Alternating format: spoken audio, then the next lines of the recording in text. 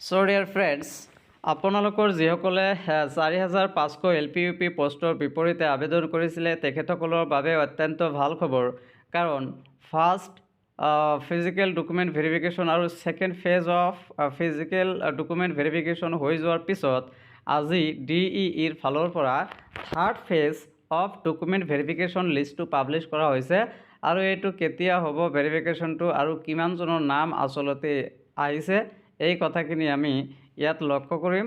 So ইয়াত আপোনালোকে দেখিছে third phase of physical document verification list to be conducted from 12 February to 13 February 2026, অৰ্থাৎ ফেব্ৰুৱাৰী মাহৰ 12 আৰু 13 তাৰিখে দুদিনত এই third phase of physical document ভেৰিফিকেশ্যনটো সম্পন্ন কৰা হ'ব। আৰু ইয়াত কোৱা হৈছে এডভাৰটাইজমেণ্ট, অৰ্থাৎ ৪৫০০ LPUP পোষ্টৰ এডভাৰটাইজমেণ্ট দিয়া হৈছিল আমাৰ ৮ জানুৱাৰী ২০২৫ তাৰিখে। আৰু আমাৰ LP আৰু আপাৰ লয়াৰ প্ৰাইমেৰী আৰু আপাৰ প্ৰাইমেৰী স্কুলৰ বাবে এডভাৰটাইজমেণ্টটো আছিলে। সো ইয়াত আপোনালোকে এটা কথা লক্ষ্য কৰিব পাৰে, ইয়াত কি আছে 7001, অৰ্থাৎ চিৰিয়েল নম্বৰ আমাৰ ৭০০১ আছে। আমাৰ প্ৰথমে আছে আৰম্ভ হৈছে ৭০০১ৰ পৰা।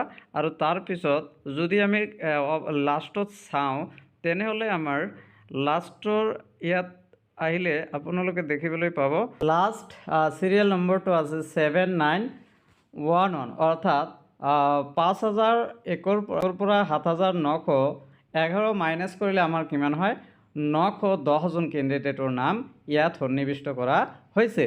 গতিকে ফাৰ্ষ্ট ভেৰিফিকেশ্যন লিষ্টটো আপোনালোকে চাইছে, ছেকেণ্ড চাইছে, এতিয়া থাৰ্ডত আমাৰ ৯১০জন কেণ্ডিডেটৰ নাম সন্নিৱিষ্ট কৰা হৈছে। আৰু কেণ্ডিডেটসকলে আচলতে কি কি লৈ যাব লাগিব সেই কথাখিনি ইয়াত উল্লেখ কৰা আছে যে দ্য নিউজ কেণ্ডিডেটছ, ইয়াত কোৱা হৈছে the newest candidates are hereby asked to comply the notice regarding proof of in-service teacher only for candidates with 18 month DLED from NEOS as notified by আগতে নটিফিকেশ্যন এটা দিয়া হৈছিলে যিটো আপোনালোকে মোৰ চেনেলত গৈ পাব। যিসকল নিউজৰ পৰা DLED কৰিছিলে তেখেতসকলৰ বাবে ভিডিঅ' বনোৱা আছে।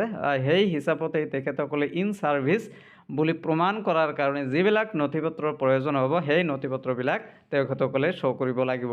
ছেকেণ্ড নম্বৰ পইণ্টত কোৱা হৈছে the candidates are requested to bring self attested photocopy set against each registration number along with the relevant documents in original at the time of physical document verification, অৰ্থাৎ আপোনালোকে প্ৰতিটো original ডকুমেণ্টছৰ ফটোকপিবিলাক লৈ তাত self attested মাৰি তাত জমা দিব লাগিব আৰু অৰিজিনেলটো আপোনালোকে লগত লৈ যাব লাগিব।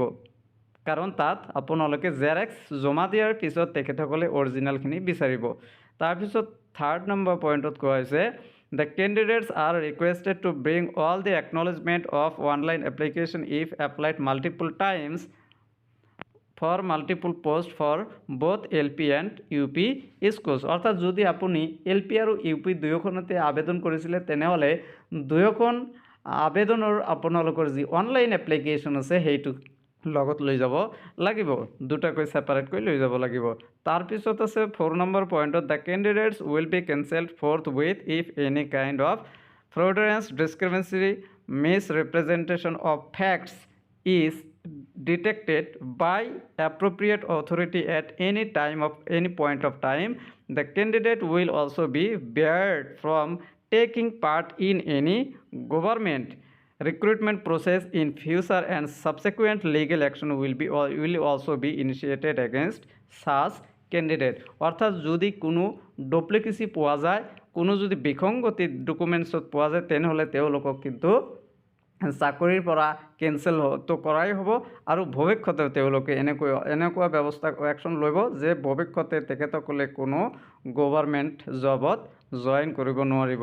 তাৰপিছত 5 নম্বৰ পইণ্টত কোৱা হৈছে candidate absent in physical document verification will outrightly be rejected, অৰ্থাৎ যিসকল অনুপস্থিত থাকিব তেখেতসকল অট'মেটিকেলি কি হৈ যাব কেঞ্চেল হৈ যাব। Only those with proper authorization approved by DEO official candidates representative can attend the physical document verification in case of emergency on medical reason.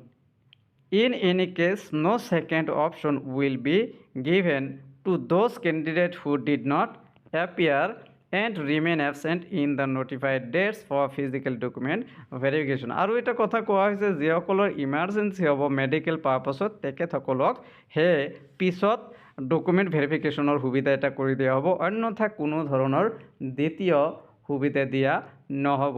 গতিকে আপোনালোকৰ যিসকলৰ 13 তাৰিখে আছে আপোনালোকে 13 তাৰিখে যাব লাগিব, আৰু যিসকলৰ 12 তাৰিখে আছে আপোনালোকে 12 তাৰিখে গৈ ডকুমেণ্ট ভেৰিফিকেশ্যনটো আপোনালোকে কৰি আহক। আৰু যিসকলৰ কেণ্ডিডেটৰ নাম ইয়াত সন্নিৱিষ্ট হৈ আছে তেখেতসকলক মই অন্তৰৰ পৰা অভিনন্দন জ্ঞাপন কৰিছোঁ, কংগ্ৰেচুলেশ্যন জনাইছোঁ। ইয়াত আপোনালোকে দেখিব পাৰিব আপোনাৰ নামটো ইয়াত সন্নিৱিষ্ট হৈ আছে নে নাই। গতিকে যিহেতু 910জন কেণ্ডিডেটৰ নাম ইয়াত সন্নিৱিষ্ট হৈ আছে, গতিকে ইয়াত দেখিবলৈ অসুবিধা হ'ব। গতিকে আপোনালোকে কি কৰিব, PDF-খন ৱেবছাইটৰ পৰা ডাউনলোড কৰি ল'ব পাৰিব।